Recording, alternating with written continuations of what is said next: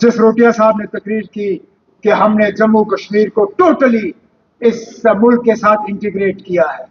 जसरोटिया साहब, इंटीग्रेशन तकरीरों से नहीं होगी, इंटीग्रेशन स्कीमों से नहीं होगी, इंटीग्रेशन गिरफ्तारियों से नहीं होगी, इंटीग्रेशन पीएसए और इन चीजों से नहीं होगी, इंटीग्रेशन दिलों से होगी।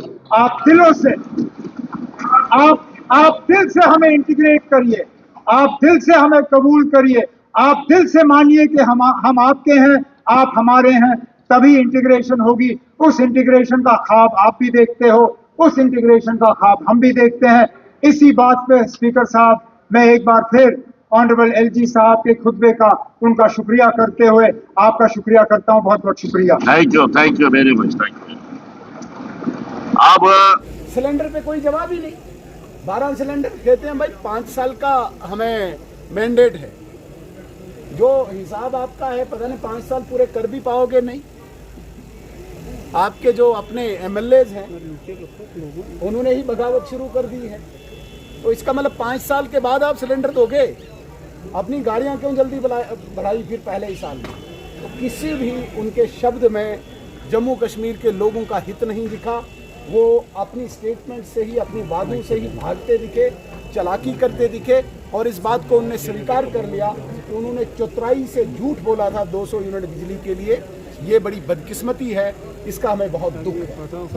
लेकिन मुझे ये बताना, क्रेडिबिलिटी की जब बात आ जाती है, हमें कहा जाता है कि हमें वही बात यहाँ करनी चाहिए जो हम वहां करते हैं।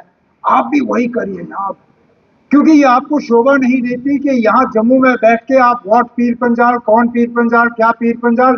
और जब आप पीर पंजाल जाते हो तो वहां जो बड़ा बोर्ड लगा है आई लव पीर पंजाल, उसके सामने आप तस्वीर छपवा के सोशल मीडिया पे डाल देते हो। अगर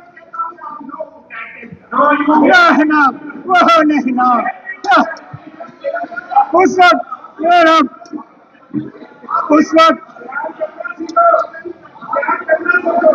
ठीक है ना।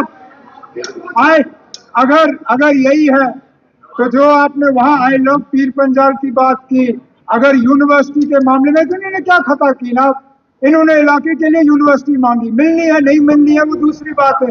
आपने उस वक्त अगर ये कहा था कि आई लव पीर पंजाल, अगर पीर पंजाल को भी यूनिवर्सिटी मिल जाती है मैं उसका स्वागत करूंगा, अच्छी बात होती। नहीं किया, चलिए छोड़िए।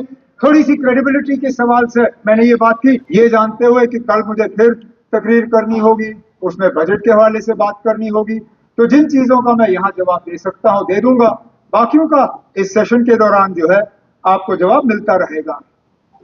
स्पीकर साहब, गुज़श्ता साल जम्मू कश्मीर के लिए आसान नहीं था।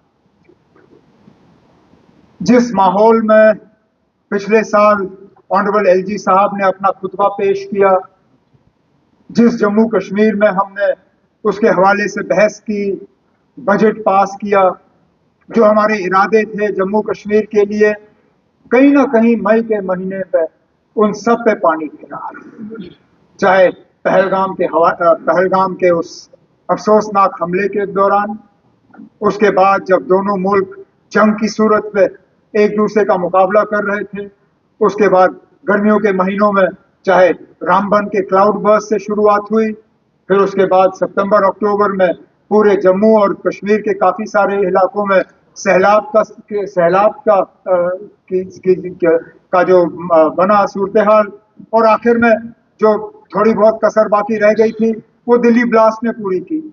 कतरा कतरा हम यहाँ टूरिज्म जो है उसको दोबारा रिवाइव करने में लगे रहे। दिल्ली में धमाका हुआ, हमारी होटलें फिर खाली हुई, अब एक एक करके उनको हम दोबारा जो है भरने का काम कर रहे हैं। लेकिन कहने का मतलब मेरा ये है कि जिस अंदाज में पिछले साल हमने अपनी तैयारी की थी और जो हम सोच रहे थे हमें काम करने का माहौल मिलेगा, वो हमें नहीं मिला। अब वो किसका कसूर, क्या हुआ, उस पर हम बाद में आ जाएंगे। जम्मू कश्मीर और तरक्की करे, जम्मू कश्मीर को हम और खुशहाली के रास्ते पे ले जाएं, जम्मू कश्मीर के नौजवानों के लिए हम और रोजगार पैदा करें, टूरिज्म जो है हम दोबारा इसको चालू करें। हमारी कोशिशें जारी रहें, चाहे किसी को ये नजर आए ना आए, चाहे किसी को ये बात अच्छी लगे ना लगे, लेकिन हम चुपचाप जो है अपना काम करते रहें।